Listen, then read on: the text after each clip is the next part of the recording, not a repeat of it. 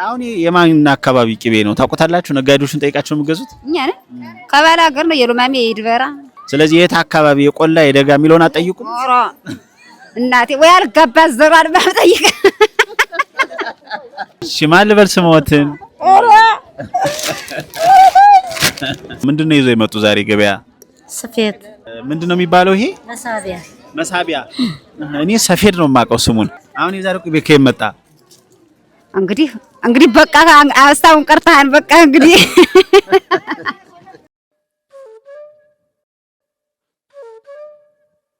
ሰላም የተወደዳችሁ ተመልካቾቼ፣ ዛሬ በባህር ዳር ከተማ ልዩ ቆይታ የምናደርግበት መሰናዶ ተጀምሯል። እስከ መጨረሻው ድረስ አብራችሁ እንድትቆዩና በጎጃም ምድር የምናደርገውን እጅግ ልዩ ቆይታ እንድትከታተሉ በአክብሮት ጋብዛለሁ። እንግዲህ ይህን ጉዞ ያደረኩት ብቻዬን አይደለም፣ ከልጄ ከሩሚ ጀማል ጋር ነው። ወቅቱ ክረምት እንደመሆኑና የትምህርት የረፍት ጊዜው በመሆኑ ከኔም ጋር ከስራ መልስ በምናገኘው ጊዜ ባህር ዳርን ዞር ዞር እያልን ጥሩ ጊዜ እንድናሳልፍ በማሰብ እንግዲህ ከሩሚ ጋር ለመሄድ ነው የወሰንነው። በሮቹ በሎ የቁርስ በል ለሩሚ ሰርፕራይዙን የነገርኩት ለየት ባለ ሁኔታ ነበረ። ሰፈራችን ላይ በአቅራቢያ ወደሚገኘው አረፍ ስንል ቅዳሜና እሁድ ወደምንሄድበት የቦርከና ወንዝ ዳርቻ ሂደን ባለንበት ሰዓት ነበረ ሰርፕራይዙን የነገርኩትና ሰርፕራይዙን ስነግረውም እንግዲህ ፍንክንክ ባለ ሳቅ ነበረ ደስታውን የገለጸው። ዛሬ ትልቅ ሰርፕራይዝ አለ። ወላሂ ሰርፕራይዝ ባህር ዳር እንሄዳለን።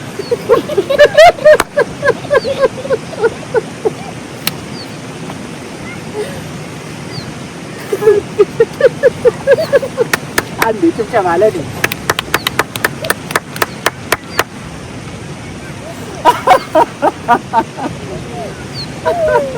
ትኬት ቆርጫለሁ እኮ ላይ ሰርፕራይዝ እንዳደረግህ ብዬ ደብቄ ነው እስካሁን ሳልነግርህ። እንግዲህ ሰርፕራይዙን ከነገርኩት በኋላ ቦርከና ዳር የተወሰነ ቆይታ አደረግን።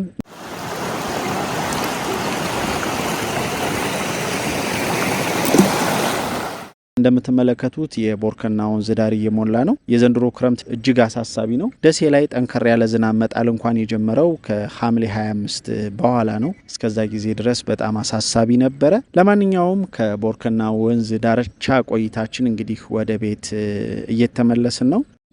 የእንትና ቤት ያልኩ ቅድም እኮ ይውዛ የማን ነበር ቤት ያልኩ? እዛ ማዶ ያለው የሙቤ ዚነቱ የዚነቱ ያባቷ ስም ሙሃባ የት ነበር ያልኩ? እዛ ማዶ። አንተ የምታውቃት ግን እሷን አይደለም። ማንን ነው የምታውቀው? ማርጌ ለገሱ። ማርዬ ለገሱ ለገሱ ነው እንዴ? ለገሱ ብዙ ሆኑ። ማርዬ ለገሰ ከማርዬ ለገሰ የትኛው ነበር የሰማው ባለፈው? ከመከም ኩሌ መጋሌዋ ከመከም ኩሌ መጋሌ የሚለው ነው። አረና ይደክማል ልጅን በቂቱዋ አሁን ከዚህ በኋላ ወደ ቀጥታ እንሂድ ወይስ ቆይተን ብንሄድ ይሻላል? ቀጥታ እንሂድ። ወዴት? ወደ ኤርፖርት። ምሳችንን በልተን? ምሳ በልተን ነው ሳንበላ? ሳንበላ እዛች ብስኩት ስላለ። የት? ኤርፖርት። የአየር መንገዷን ቁርስ? አይ ካልሰጡንስ? ይሰጡናል እኮ። በል አባቴ ዋና። ዋው ሸለቆ። አረ ሸለቆና እንወጣው ና በዚህ እንውጣው በቃ በዛው ና እንግዳ በዚሁ ና በሸለቆ። ወይኔ ፈራሁኝ። በቃ በሸለቆ እንሂድ በቃ ይለይልን። አዎ ይለይልን።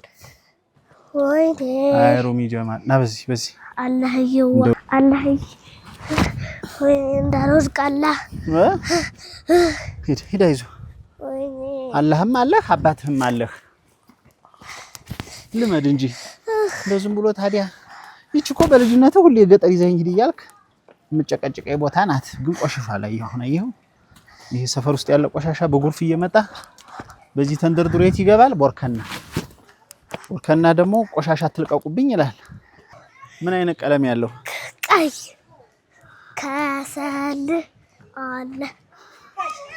ከሰል አለ እንግዛ።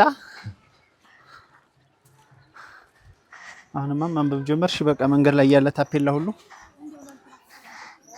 ተመልካቾቼ እንግዲህ ለሩሚ ሰርፕራይዙን በነገርኩት በማግስቱ ወደ ኮምቦልቻ ኤርፖርት ጉዞ አደረግን ማለት ነው። አዲሱ የኮምቦልቻ ኤርፖርት ገጽታም ይህንን ይመስላል። ነገር ግን ያው የሀገራችን የግንባታ ጥራት ጉዳይ ከጊዜ ወደ ጊዜ አሳሳቢ እየሆነ በመምጣቱ ስራ ጀምሮ ገና ከዓመት በላይ እድሜ ያላስቆጠረው ኤርፖርትም ከአሁኑ መሰነጣጠቅ ጀምሯል። ለማንኛውም የበረራ ሰዓታችን ደርሶ ጉዞ ወደ ውቢቷ ባህር ዳር ተጀምሯል። እንዴት ነው? ሰላም ነው? እሺ ጉዞ እንዴት ነው? ፕሌኑ እንዴት ነው?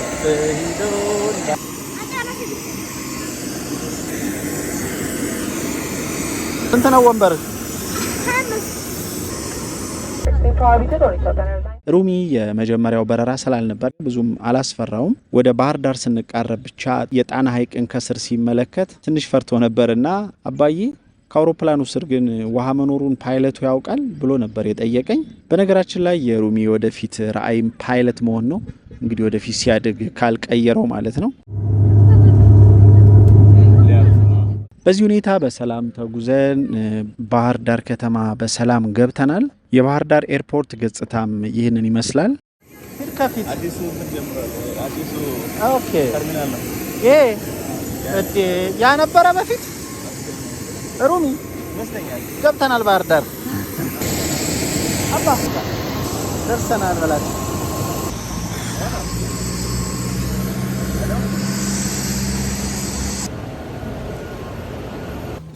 ሹፌሩ ቀስ እያልክ እንዳታጋጭ። እንግዲህ የባህር ዳር ከተማ እጅግ የምወዳት በተለይ በ2011 ዓመተ ምህረት ለአንድ ዓመት ያህል በስራ አጋጣሚ የቆየሁባትና በዚህ ጊዜም ለልቤ እጅግ ቅርብ የሆኑ ሁለት ምርጥ ጓደኞቼን ያፈራሁባት ከተማ ናት ባህር ዳር። በነገራችን ላይ የጥበብና የውበት ምድር ወደ ሆነችው ጎጃም ለመጀመሪያ ጊዜ የመጣሁትና ይህን ምድር የረገጥኩት በ2001 ዓመተ ምህረት ክረምት ወቅት ላይ ነበረ። ያኔ ገና ስራ የጀመረውን ትንታጉንና ጀማሪውን መምህር ጀማል ሰይድን ያዩ የኢህአዴግ ካድሬዎች በቀጣይ ዘመኑ እንግዲህ ፖለቲከኛ ሆኖ እንዲያገለግላቸው በማሰብ ገና በ20 ዓመቱ ነበረ ለፖለቲካ ስልጠና ወደ ብር ሸለቆ ወታደራዊ ማሰልጠኛ የላኩት። ይህ እንግዲህ የዛሬ 17 ዓመት ገደማ ነበረ። እናም ያኔ በዛ አጋጣሚ ነበር እንግዲህ የጎጃምን ምድር የረገጥኩት። ባህር ዳርን ዘይሬ ፍኖተ ሰላምን ተሻግሬ ከቡሬ አቅራቢያ ወደሚገኘው የብር ሸለቆ ወታደራዊ ማሰልጠኛ ገብቼ እንግዲህ ለ24 ቀናት ቆይታ አድርጌያለሁ። ግን ምን ዋጋ አለው? የ24 ቀን የክረምት የመካከለኛ አመራር የፖለቲካ ስልጠናውን ጨርሼ ስወጣ እንኳን ካድሬ ልሆን ጭራሽ የካድሬ ጠላት ሆኜ ነበር ያረፍኩት። ፖለቲካ የሚባል ቆሻሻ ጨዋታም ከኔ ስብዕና ጋር ፈጽሞ እንደማሄድ በዛ ስልጠና ነበር የተረዳሁት። ከዛ በኋላ ሙሉ በሙሉ ትኩረቴን የመምህርነት ስራዬ ላይ ብቻ አድርጌ እንግዲህ በመወደው ሙያ ለ7 ዓመታት አገልግዬ ምንም አይነት የፖለቲካ ተሳትፎ ሳይኖረኝ እንግዲህ ወደ ሌላው የጋዜጠኝነት ሙያ ተሸጋግሬ ያለው ማለት ነው። ለማንኛውም ይህንን ውብና ማራኪ ምድር ለመጀመሪያ ጊዜ የረገጥኩት ቀደም ሲል በነገርኳቸው አጋጣሚ ነበረ። ለመጨረሻ ጊዜ ደግሞ ወደ ባህር ዳር መጥቼ የነበረው የዛሬ 3 ዓመት ገደማ ነበረ። ያኔ መደበኛ ስራዬን ለቅቄ በጦሳ ቲዩብ ላይ የሙሉ ጊዜ ስራ ለመጀመር እቅድ የነደፍኩት ከደሴ መጥቼ እዚሁ ባህር ዳር ከተማ ላይ ጣና ሐይቅ ዳር ቁጭ ብዬ ነበረ። እነሆ ያኔ የተጀመረውን እቅድ ሰምሮ 3 ዓመታትን በጦሳ ቲዩብ በጋራ አሳልፈናል ማለት ነው። ከ3 ዓመታት በኋላም እንግዲህ ከልጄ ጋር ዛሬ ዳግም ወደ ባህር ዳር ከተማ መጥተናል። ጣና ዳር ነው ቤቷ። ከሩሚ ጋር ባህር ዳር ላይ የሚኖረንን ቆይታና ሌሎች ሸጋ የሆኑ መሰናዶዎችን በቀጣይ የማሳያችሁ ሆኖ ለዛሬ ግን በባህር ዳር ከተማ ቀበሌ 13 አካባቢ የሚገኘውን የከተማዋ የገጠር ቀበሌ ነዋሪ አርሶ አደሮች የሚውሉበትን ገበያ በዛሬው ቪዲዮ የማስቃኛችሁ ይሆናል። ልዩ የገጠር ገበያ ቅኝት እናደርጋለን። የት ነው የምትገኘው ካላችሁ ባህር ዳር ከተማ ቀበሌ 13 ገጠር መንገድ አካባቢ የሚገኝ የቅዳሜ ገበያ ላይ ይገኛለሁ። በዚህ ገበያ ላይ እንግዲህ በተለይ በቀበሌ 13 የባህር ዳር ከተማ የገጠር ቀበሌ አካባቢ የሚኖሩ የገጠር ነዋሪዎች በአመዛኙ የሚገኙበትና የሚውሉበት ገበያ ነው። የከተማ ነዋሪዎችም አልፎ አልፎ ለመሸመት ወደዚህ ገበያ ይመጣሉ። እኔም እንግዲህ ዛሬ እዚህ ባህር ዳር ከተማ ላይ ተገኝቼ እዚህ በርካታ የገጠር ነዋሪዎች የሚገኙበት ገበያ ላይ እንግዲህ የግብይቱን ሂደት አጠቃላይ መስተጋብሩን ቃኛለሁ። ዞር ዞር እያልኩም እንግዲህ እናቶችን አናግራለሁ። ከእናቶቹም ጋር በሚኖረን ቆይታ ስለ ገበያ ውሏቸው እያወራናቸው የገበያ ስጦታም እናደርጋለን። እስከ መጨረሻው ድረስ አብራችሁ እንድትቆዩ እንጋብዛለን። ቪዲዮ ላይክ አድርጋችሁ ጀምሩ።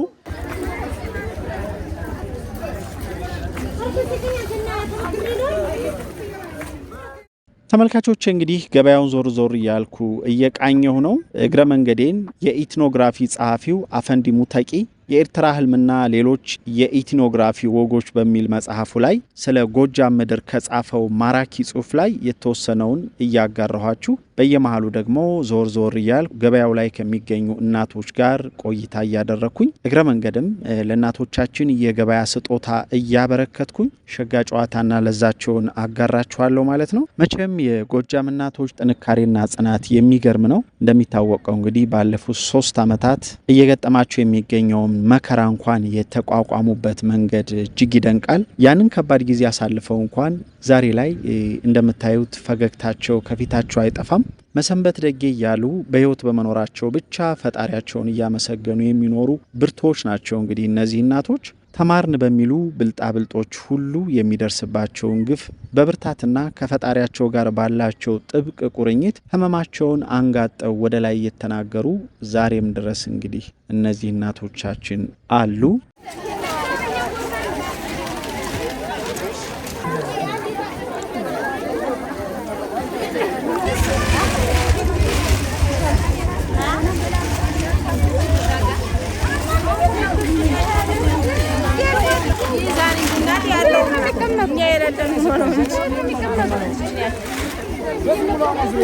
ወይ በዛክሊ በዛኔ ሲጂ ለዘኞ በዛሽ ነው ያስ ዋይ ካለው በዛኔ አሁን ማላ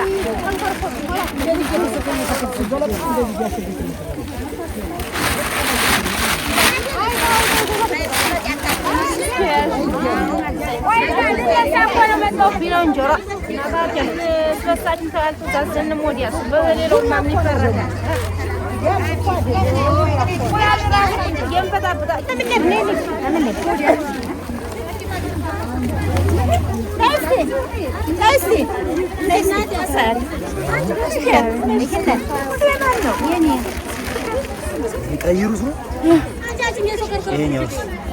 ይሄኛው ምንድን ነው?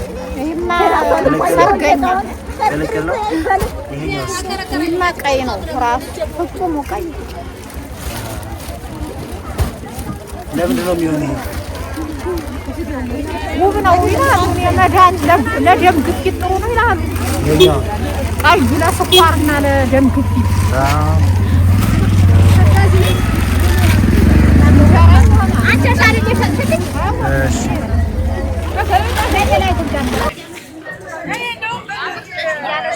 እሺ ሰላም ነው። እሺ እኔ በሰርብና ገባኝ። እሺ ስለዚህ ስለሱ እናወራለን። ፈቃደኛ ነው? እሺ ነሽ ልበል? ወጣት ነሽ? ኧረ ወጣት ነኝ። እናቶችን ሰዋራ ቆይቼ እሺ እቴ ከስምሽ ጀምር ማን ልበል?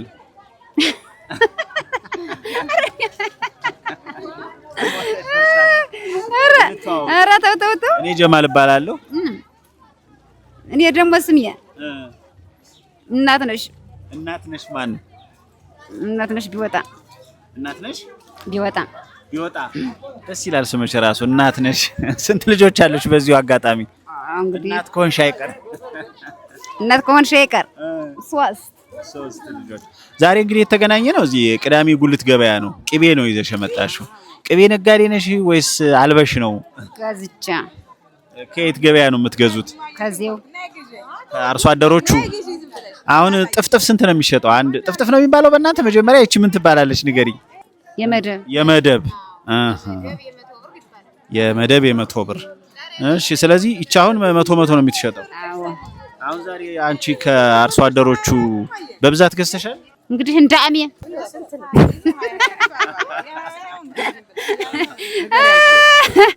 እኔ ግዢ ነው በሩ ግዢ አትገዛኝም። አንድ ነን። ጠያቂ ናቸው። እሳቸው ነጋዴ ናቸው? አዎ። አሁን የማን አካባቢ ቅቤ ነው ታውቁታላችሁ? ነጋዴዎችን ጠይቃቸው የምትገዙት? እኛ ነን። ቀበላ ሀገር ነው የሉማሜ ይድበራ ከገጠር። ስለዚህ የት አካባቢ የቆላ የደጋ የሚለውን አትጠይቁ? ኦሮ እናቴ ወይ አልገባ ዘራን ባጠይቅ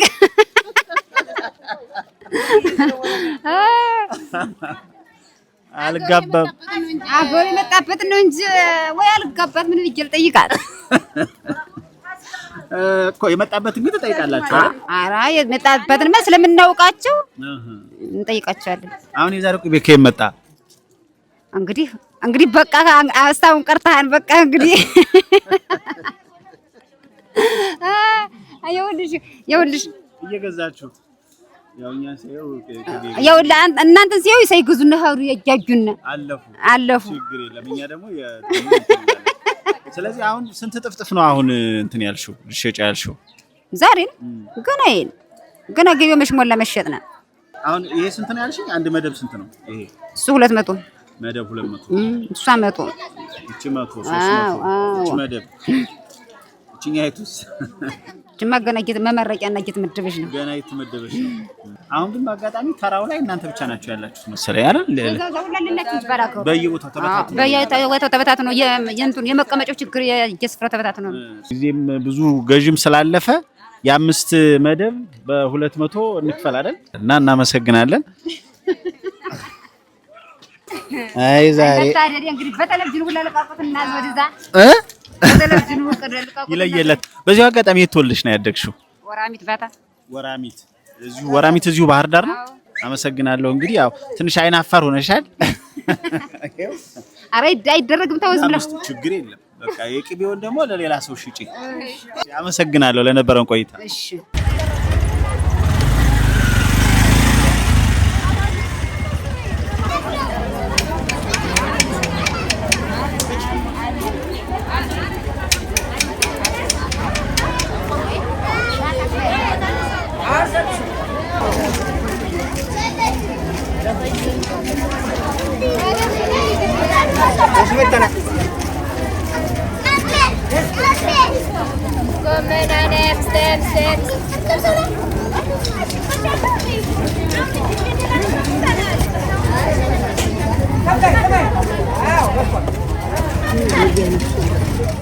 ተመልካቾቼ አፈንዲ ሙተቂ በመጽሐፉ ላይ እንግዲህ ወደ ጎጃም ጉዞ እናድርግ በሚል ነው የሚጀምረው።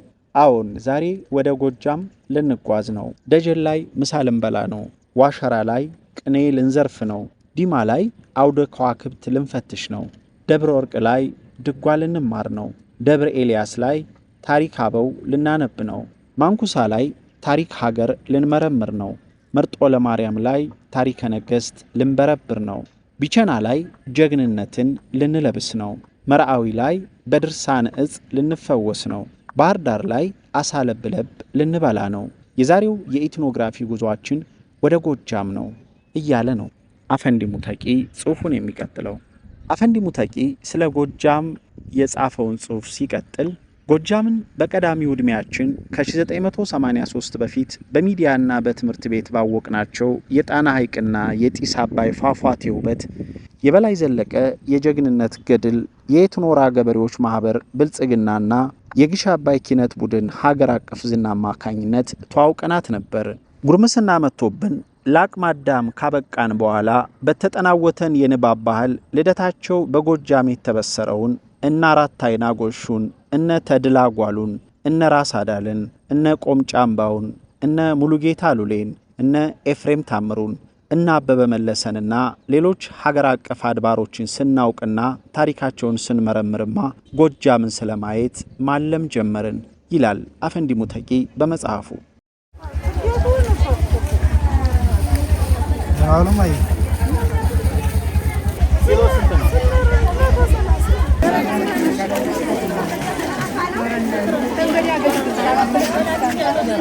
እሺ ማን ልበል ስሞትን? ስለ በቅሎ ነው የሚያወጉኝ፣ ሌላ ነገር አናወጋም። ስሞትን ይንገሩኝ። ስሜ ይርገዱ ደምለው እባላለሁ። የት ነዋሪ ነዎት? 13 ቀበሌ 13 ባህር ዳር። እሺ ዛሬ ምንድነው የያዙት ገበያ? ብቅል። ብዙ አይነት ብቅል እያየሁ ነው። የምን ብቅል ነው? የገብስ፣ የዳጉሳ፣ የማሽላ። ይሄ የገብስ ነው እዚህ ያለው። አዎ ያኛውሳ ማሽላ። በቆሎ ነው ማሽላ የሚባለው? አዎ በቆሎ ነው ማሽላ የምንለው እኛ። ማሽላ። ይሄኛው ደግሞ እዚህ ያለው ዳጉሳ። የዳጉሳ። እሺ ስንዴም እንጨምራለን። የስንዴ? አዎ አሁን የሌለኝ ስለሆነ ስንዴም እንጨምራለን። በጣም ደስ ይላል። አሁን የገብሱ ምን ያህል ቀን ይወስዳል ለማብቀል? እንዴት ነው የሚበቀለው? እንዴት ነው ማታ ነክረን ወንዱ ማልዳን አንጠፈጥፈዋለን። ማልዳን ጠፍጥፈን በሳልስቱ ደግሞ ደግመን አጥበን እንዘረጋዋለን በፌስታል ማለት ነው። ያን ዘርግተን በአራት ቀኑ እናወጣዋለን። እዚያ ይሰጣል። እዚያ ሲደርቅ እንደዚህ ለገበያ ይቀርባል። ደግሞ ተዚህ እየፈራረሰም ቢሲል ደግሞ ያው እዚያ ወደ መራይ ጥሩ ነው ስራቸው። ማብቀያም በውቂያ ስፍራው የተበጀ ስለሆነ የነሱ ቦታ አላቸው። እዚያ ተረክበን እናመጣለን። ያው ውድ ነው ያስራል። 5 ብር ኪሎ አስበው ብር የለውም። አሁን በኪሎ ስንት ነው የሚሸጠው? ቋሚ ደንበኛ ኑሮ ንጡህ ነገር እችን ርግፍ ጋፊዋን ሳያረግ እችን ብቻ ተሆነ ተሰላሳ ይወስዳል። 130 ዝም ብሎ ተሆነ ይሄ ኩስን ሁሉ የረገፈውን ተሆነ ተ20 25 እንሰጣቸዋለን። እንደዚያ ነው እንጂ ሌላ የምናደርገው ነገር የለም። በቃ የገብሱ 130 ነው። የበቆሎ ስንት ነው? በቆሎ ፊት 100 ብር ነበር። አሁን ማሽላ ተወደደ ተ20 ገብቷል። ሰሞኑ 120 ማለት ነው። የዳጉሳውስ? ዳጉሳ 130 ነው። እንደዚህ ወንደ ገብሷው። አሁን የሚገዟችሁ እነማን ናቸው? ለምንድን ነው የሚውለው? ለጠላ ለዚህ ለእንትኑ ጠላ ቤቶች የሚሸጡትም ለቤትም ለዚህ ለሆነ ፕሮግራም ክርስትና አለ፣ ልጅ ማስመረቅ አለ፣ ቀባለው ድረሽ አለ። ለዚያ አቅሙ የሚሆንለት ያበቅላል። አቅሙ የማይሆን እንትን ያለው ደህና ዘመናዊ ሰው የሆነው ገዝቶ ነው እንጂ እዚህ አይላፋም። ጥሬውን ገዝቶ የሚያበቅል አለ። እንደዚህ አይነት ነገር ነው እንጂ ሌላ ስራ የለም። ስራ እየሰሩ ምን ያህል ቤተሰብ ያስተዳድራሉ? እስኪ ንገሩኝ። እንደው ምንድን ቤተሰብ የሚያስተዳድር ደግሞ ይሄ እንደው ሲወጡ ለዚህ ለድር ለምን ሲወጡ እንደ የሰው ሳንቲም ብቅል ብትረከብም ያንኑ ብር ስታዘወዝር ሳንቲም ያለማጣት እንደው ለሆነ ነገር ነው። ጥቅም የለውም። ዋናነት የሚተዳደሩ በግብርና ነው። እርሻ ታርሳላችሁ ወይስ በንግድ ነው የምትተዳደሩት? የተገኘውን ስራ ነው ዝም ብለን የምንሰራ። ከብትም ነበረን ከብቱም እያለ እየሞተ ምን እያለም ቢያለ ዝም ብሎ መስም አንዱ ቤት ያፈራው ነው እንጂ የምንሰራው። ልጆች አሉት? አስተምረዋል? በምን ሁኔታ ነው እስኪ ንገሩኝ። አሉኝ አስተምሬያለሁ። ስራ የያዘ የረባ የለም እንጂ አሉኝ። እግዚአብሔር ይመስገን። ዛሬ አሁን ቅዳሜ ገበያ ነው፣ የጉልት ገበያ ላይ ነው የተገናኘ ነው። ሌላ ቀንስ ገበያ ያለ የምትዘረጉበት? ይሄን ራ ዛዚያ ተውሽጥ የተወሰነ ቀን ለደንበኛ ሰው ሲለን እንደዚያ ሲለን ነው እንጂ ተቤት ነው እንጂ እዚህ ገባ የለኝም። ቅዳሜ ነው እንጂ እዚያው ተቤት ነው። ከቤት ያው የሚያውቅ ቢውቂያ መጥቶ ይወስዳል እንጂ የኔ ቋሚ ገቢ የለኝም። እቤት ስለማበቀል እቤት ሰው የሚመጣ ለዚያ ላኪልኝ ይላሉ፣ ይመጣሉ፣ ይወስዳሉ። ያው ፍላጎት ሲኖራቸው እንደዚያ ነው እንጂ እንደዚህ የገበያው ላይ እንዳለው ቋሚ ገባ ሁኜ እኔ ሁሌ ሰርክ ተቀምጬ እንትን አይደለም። የኛ ገበያ እኔ ያክልም አይደለ ስለህ ነው። ባህር ዳር ከተማ ከመጡ ምን ያህል ሆኖት? በጣም ቆዩ ወደዚህ ከተማ ገብተው መኖር ከጀመሩ? ባህር ዳር ከተማማ ቆይተናል። ያው የእድል ጉዳይ ሆነ እንደተተወሰወስን ነን እንጂ አንድ 20 ዓመት ይሆነናል። ባህር ዳር ከመጡ? አዎ። ትውልድ እድገት ወይት ነው? ዋናው ገጠር ያደጉበት ቀዬ? ያደግንበት ገርማ በወዲያ እንትን ማናዴንሳ ይባላል። በዚያ ነበር የነበርን። እዚያ መጣን። ባለቤት ያልሆንለት ብሎ ጤና አጣው ብሎ መጥቶ የመኪና አደጋ እንትን አለው። እዚያ ወዲን የልጆች መከራዬ ናቸው። ከብት እምላለሁ ምን እምላለሁ ሳር ቅጠሉ ጨብጬ አሳደግኳቸው። አጎቶቻቸውም ይገድፉኛል። አሳደግኳቸው። ያው ለአቅርብ አዳም ደረሱ። ተመስገን ነው። ለሞቶብኝ በመኪና አደጋ እንዲያው ነው። እኔም እዚያ ወዲያ ልጆችን አሳደግኳቸው። አሁን የምን ያህል ኪሎ ነው ይዘው የመጡ ዛሬ? ይህ ኪሎ ነው የለከውትም። ይኸው መቼም 20 ኪሎ ምናምን ሊሆን ይችላል። ሊሸጥም ይችላል፣ ሊቀርም ይችላል። ተሽጦም ላመጣ ይችላል። ያው ሰው እንዳመጣጡ ነው። ገጠመኝ ገበያ ነው እንጂ የገበያ ይሄን ያህል የሚገዛኛለን ብለህ አታስብ። ይሄን ያህል አልሸጥም የማትልም እሸጣለሁ የማትልም ገጠመኝ በቃ ደስ ብሎት የሆነ ነገር አግኝቶ ወይ ሊገዛ ይችላል ወይ ሊቀር ይችላል። ይሄ ያህል ማለት ይከብዳል። ዛሬ አሁን ማለዳ ተነስተው ምን አደረጉ መጀመሪያ? ኧረ ተወኝ በቃ አንተ። ወይ እናቴ ቤት ያለው ሰው ምኑን ብዬ እነግርሃለሁ። ሸክፈን ምን ብለን ከብት ታለም ከብት አብልተን ቤት ጠርገን በቃ የሚበሰል ነገር አብስለ ደግሞ ወደዚህ ትመጣለህ። ደግሞ አሁን ትንሽ 6 ሰዓት ቆይተን ቤታችን እንሄዳለን። ለዛሬ ነው እንጂ እንዲሁም ሁሌ አንወጣም። በዚያ ነው እንጂ ቤቴ ነኝ እኔ። እሑድ ሲሆን ነው ደግሞ ወደ ደብር የምትሄዱ? ደብር ሆነልን ሰርክ ጦለት እንሄዳለን። ደብር ደግሞ አዎ ሰርክ ሁሌ በማለዳ ግድ ነው ይከዳል። አዎ ማልዳ አልሆን እያለ ነው እንጂ የሆነለት ኪዳን ያደርሳል። ያው የወቅቱ ጉዳይ ሆነ ነው እንጂ አልሆነለት ግድ ነው። እድሜ ልደት ጋር ተሳልመ ጦለት አድርገህ መምጣት ግድ ይጠይቃል። እንደዚያ ነን እኛ እንትናችን ባህላችን እንዲያ ነው። ቅርብ ደብር ያለው የት ነው እናንተ? ገብርኤል ቅርባችን ነው። ወራሚት ገብርኤል ቅርባችን ነው። በክፉም በደጉም ይልማ ደንሳ ብቅ ይላሉ። ወደ ሀገሩ የሚሄዱበት አጋጣሚ አለ? ሀገር እንዴት በቀር እንዴት ተወልደ ተቀበረበት ልቅሶ አለ፣ ደስታ አለ፣ መከራ አለ። ግድ ነው ይጎትተናል፣ እንሄዳለን። ቤተሰብ ደካማ ቤተሰብ ይኖርሃል፣ ብዙ ነገር አለ። ሀገርማ ይሄዳል እንጂ። አዎ ቅርብ ቤተሰብ ማን አለ እዛ አሁን ይልማና ደንሳ? ኧረ እንግዲህ ሙላውን አታዘርዝረኝ። በቃኝ እናቴ። ወይ ጉዳ እንደዚህ በቃኛል። እንግዲህ ብቻት 2000 ብር እናመሰግናለን። ለጊዜው የምናደርገው ነገር ስለሌለ አንወስደውም። እሺ አመሰግናለሁ። እሺ ሌላ ምንም ዓላማ የለውም። የአንድ እናት የገበያ ውሎ ምን ይመስላል የሚለውን ለማየት ነው የመጣ ነው። አመሰግናለሁ። እኔም እናቴ ኖሮልኝ ማንም እሺ እናቴ አመሰግናለሁ። ጥላጣጋ ያልብሳችሁ። እሺ እናቴ መልካም ገበያ ደግሞ እግራችን እርጥብ ያርገው። እሺ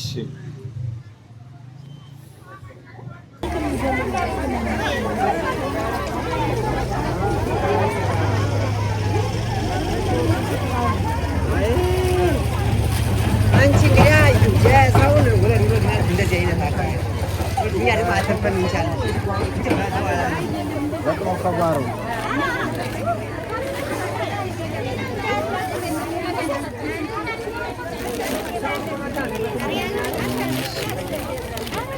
ውጭ በተለካየና አዚው ፈርቼ ብሞት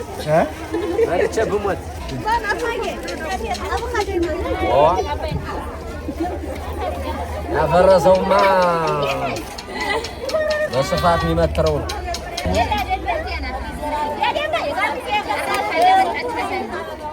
ጽሑፉ ቀጥሏል። አዎን ዛሬ ፍኖተ ሰላም ነን፣ ዛሬ ጎጃም ነን፣ ዛሬ ዳንግላ ነን፣ ዛሬ ሞጣ ነን፣ ዛሬ ዱር ቤቴ ነን። በምናባችን እንደ ታላቁ እስክንድር ባለክንፉን ሐሳብ ወለድ ፈረሳችንን እየጋለብን ወደ ተናፋቂው የጎጃም ምድር ገባን። ከሁሉም በላይ የጀግና አገር ጎጃም መጣሁ አንተን ላይ የአገሬ የወንዜ ሸበላ ቡሬ ዳሞት ነው ዳንግላ ቆየኝ መጣሁኝ አንተን ብዬ ጎጃሜ ሲሉኝ ተከትዬ። ፍቅር አዲስ ነቃ ጥበብ የዛሬ 20 ዓመት ገደማ ባወጣችው ካሴት ስለ ጎጃም ያዜመችውን ነው በራሴ መንገድ እንዲህ የጻፍኩት ይላል አፈንዲ ሙተቂ ጎጃምን ሲገልጽ። ፍቅር አዲስ ጎንደሬ ስለሆነች በደጃፏ ላይ ያለውን የጎጃም ምድር መዘየርን የውሃ መንገድ አድርጋው እንደኖረች አንጠራጠርም። ከዓመታት በኋላ ደግሞ አርቲስት ነዋይ ደበበ ተነሳና እንዲህ ብሎ አዜመ። ልቤ ፍቅር ዘራ አባይ ወዲያ ማዶ የበላይ የንዘር ጎጃሚዋን ወዶ። ሁለቱ ከያንያን ለሸበላውና ለጉብሏ ነበር ያቀነቀኑት። የተወደዳችሁ ቤተሰቦቼ አሁንም ገበያውን ዞር እያልን ነው። ጎጃምን የሚያወድሰውን ጽሑፍ ማጋራቴንም ቀጥያለሁ። በየመሃሉ ትረካዬን እንደ በውቀቱ ስዩም እንደ ደመቀ ከበደና እንደ ሱላይ አደም በግጥም ላስኪደው እንዴ አስተኝቶኝ ነበር። ምክንያቱ ደግሞ ምን መሰላችሁ?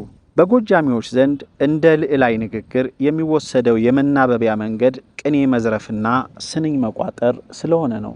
ጎጃሚው ስለ ራሱ እንዲናገርና ስለ ሀገሩ እንዲገልጽ በተፈቀደለት ጊዜም ግጥምና ቅኔውን ቢያስቀድም ነው የሚሻለው። ሌላው ነገር ይቅርና የበርካታ የጎጃም ተወላጆች ስም ከአባታቸው ስም ጋር ተቀናጅቶ ሲጻፍ አንድ መልእክት እንደሚያስተላልፍ ትገነዘባላችሁ። ከነዚህ ስሞች መካከል እያደር አዲስ፣ ፍቅር ይልቃል፣ አዱኛው ሲፈራው፣ እስከ አድማስ ማንበግሮት፣ ምናላቸው ስማቸው፣ ስንሻው ተገኘ ወዘተ በርካታ ስሞችን መጥቀስ ይቻላል። በእርግጥም የጎጃም ምድር ከቅኔና ከግጥም ጋር መርፌና ክር መሆኑ ዘወትር የሚያስገርመኝ ጉዳይ ነው። እስቲ እንደዋዛ ተቋጥረው የሁላችንም ሀብት ለመሆን የበቁ ህዝባዊ ግጥሞቻችንን ተመልከቷቸው። በጣም ልብ ከሚሰረስሩት መካከል በርከት ያሉት ከጎጃም የፈለቁ አሊያም በጎጃሚዎች የተገጠሙ ወይ ደግሞ ስለ ጎጃም ሰው የሚያወሱ ሆነው ነው የምታገኟቸው። ላብነት ሞጣ ቀራኒዮ ምነው አይታረስ በሬሳ ላይ መጣው ከዚያ እስከዚህ ድረስ የሚለውን መጥቀስ ይቻላል።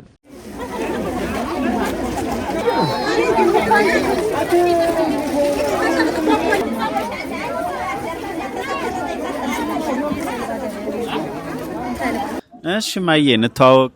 አዘነግ ዘንገው። እሺ ዛሬ እንግዲህ የተገናኘ ነው እዚህ ቅዳሜ ጉሊት ገበያ ነው። ምንድነው ይዘው የመጡ ዛሬ ገበያ? ስፌት መሳቢያ። ምንድነው የሚባለው ይሄ? መሳቢያ። እኔ ሰፌድ ነው የማውቀው ስሙን። ሰፌድ አይደለም፣ የእንጀራ ማውጫ መሳቢያ ነው። መሳቢያ ነው የሚባለው። ሰፌዱ እስከዚህ የሚለየው በምንድን ነው? ሰፌዱ ግጥም ነው ስፌቱ። ተዚያም ደግሞ ቁልምሽ ብሎ በማልቂያ ይሰፋል። ይሄ ግን ከምጣር ላይ እንጀራ ማውጫ ነው መሳቢያ። እሺ በምንድን ነው የሚሰፋው ይሄ? በግራምጣ። ግራምጣው ከየት ነው የሚገኘው? ማለት ወንዝ ዳር ያለ ነው ወይስ ገበሬው ወጓሮ ያመጣዋል? ነቅሎ አድርቆ አዘጋጅቶ ያመጣዋል። እዚያ እንገዛለን። ዛሬ አሁን ምን ያህል መሳቢያ ይዘው መጥተዋል ለገበያ ለመሸጥ? 2 ሰንበቴ ነው 4 መሳቢያ። 4 መሳቢያ። አዎ 2 ሰንበቴ ማለት ምንድነው? በሳምንት 2 አደርሳለሁ። በሳምንት 2 መሳቢያ ይሰፋሉ። አንዱ 3 ቀን 4 ቀን ይፈጃል ማለት ነው። ምን ወቅት ላይ ነው የሚሰፉት? እንደው በምን ሰዓት ክፍተት ሲያገኙ ረፍት ሲያገኙ እንዴት ነው የሚሰፉት? ሌላ ስራ ስለሌለ ይሄው ነው ስራዬ ይሄው ነው። ይሄን ነው የምሰፋ። ይሄን እየሰፉ ነው የሚተዳደሩት። እንደው ከመጀመሪያውም እዚሁ ነው ወይስ የትውልድ አካባቢው የት ነው? ገጠር ነው የተወለዱት? መራይ። በሳምንት 2 ሰፉ። ምን ያህል ይሸጣል አሁን አንዱ? 300 እንለዋለን ግን አይሸጥም። ተሰባ ተሰማኔ ይሸጣል አንዱ 2 ተሰባ ተሰማኔ። ይሄንኑ ብቻ ነው የሚሰፉት? እንደው ሌላም የስፌት ዕቃ ይሰፋሉ? ይሄን ነው የምሰፋ። ልጆች ያሳድጋሉ? እንዴት ነው ይንገሩኝ እስኪ። ይሄን ስራ ሰርተው አሁን እንዴት ነው ህይወትን የሚመሩት? ልጆች ቀደም ነው ያሳደግኳቸው በችግር ጊዜ። ዛሬ ልጅ የለኝም። ውስጥ 2 ናቸው ያሉ እንጂ ራሳቸውን ችለዋል። ይሄንን ሰፍቼ ነው የዋሻ ወይቱን ምንይቱም ወስድ። ባለቤቴ ዘብ ይሰራል። በጣም ደስ ይላል። ዛሬ ታዲያ እጆን ፈቷል? የመጀመሪያ ሽጠዋል? ገና አልሸጥሁም ገና። አዎ ስለዚህ 4ቱን እንግዛኛ። ያው ቆይታ ካረግን ስራ ካስፈታና አይቀር 4 ግራምጣ። ይሄ እንግዲህ ዛሬ ይዘው የመጡት የግራምጣ ዋጋ ነው። ያው ግራምጣውን አንወስድም፣ ሽጡ ግራችን ምርጥ ቢያርገው። የቆየንበትን ግን 1000 ብር ይሄው። እናመሰግናለን ለነበረን ቆይታ። እሺ እናመሰግናለን እኛ። እሺ መልካም ሁሉ። እሺ ለሁላችን። እሺ ማይ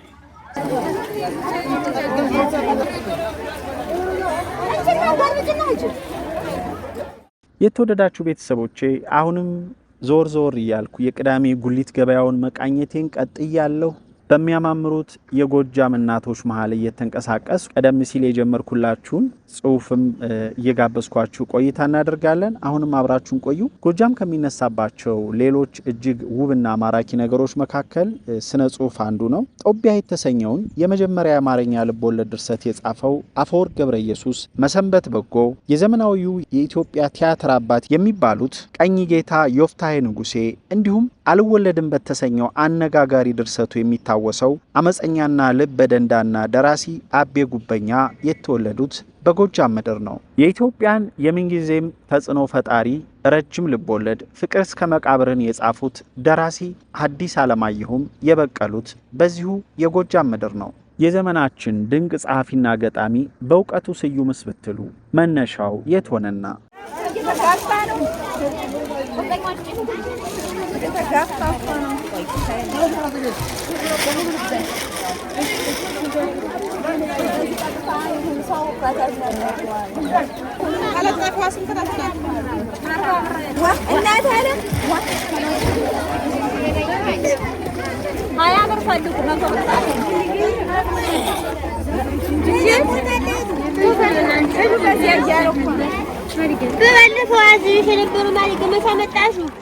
ተመልካቾቼ እንግዲህ በዚህ አጋጣሚ መጽሐፉን ማግኘት የቻላችሁ ብታነቡት ስለ ሀገራችን የተለያዩ አካባቢዎች ጥልቅና ማራኪ የሆኑ የኢትኖግራፊ ወጎችን ታገኛላችሁ። እኔም እንግዲህ በዛሬው ቆይታዬ የገጠር መንገድ የቅዳሜ ረፋድ የጉልት ገበያን ዞር ዞር እያየሁ ስለ ጎጃም የተጻፈውን ማራኪ ጽሑፍም እየጋበዝኳችሁ ቆይታ አድርጌያለሁ። በመጨረሻም እንግዲህ ደስ የሚል በውሃ እንፋሎት የተጋገረ ዳቧችንን ገዝተን ወደ ማረፊያችን እያመራን ነው።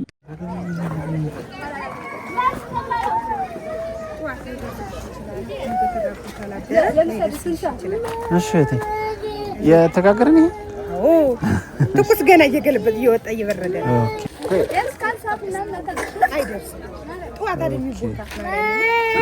የጧት እሺ ስጭኝ። ስንት ነው? 40 እሺ አንድ ቁረጭ። አንድ የምትፈልግ አንድ ተገልብጦ ቂጡ እንደዚህ ሆኖ ነው። አሃ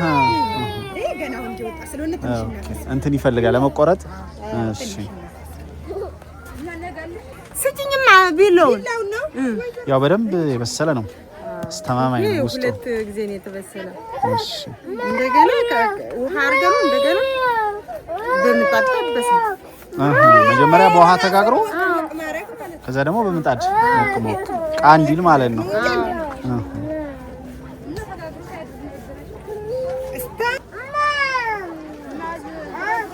ስለዚህ ይሄ ማለት ነው ሁለቱ። እሺ እስኪ እንቅመሰው ማያሽን።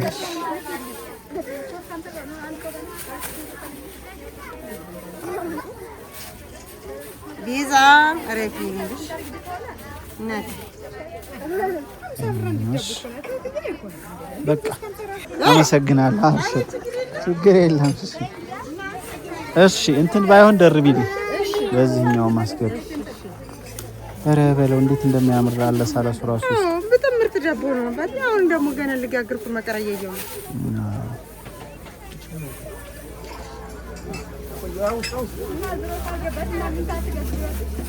እሺ ተው አመሰግናለሁ። ሰላም አይልኝስ።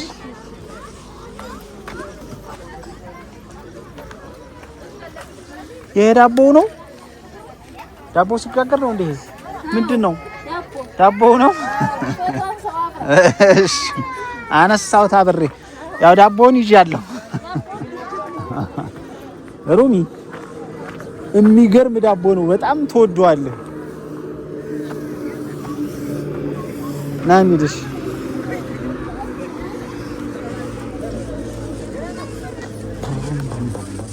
የዛሬውን የገበያ እናቶች ስጦታ እንግዲህ ስፖንሰር ያደረገን አሜሪካን ሀገር የሚገኘው ወንድማችን ቅዱስ ያሬድ ነበረ። ቀደም ሲል እናቶቻችን ያበረከትነውን ማለት ነው። በዚህ አጋጣሚ ከልብ እናመሰግናለን። የተወደዳችሁ ቤተሰቦቻችን በቀጣይ ፕሮግራሞቻችንም እንግዲህ በባህር ዳር ከተማና በአካባቢው ከገጠሩም ከከተማውም የጎጃም ምድርን ውበትና ጥበብ የሚያስቃኙ የተለያዩ ፕሮግራሞችን ወደ እናንተ የምናደርስ ይሆናል። ቪዲዮን ከወደዳችሁት ለሌሎች ወዳጆቻችሁ ሸር ማድረግን አትርሱ። ለነበረን ቆይታ እናመሰግናለን።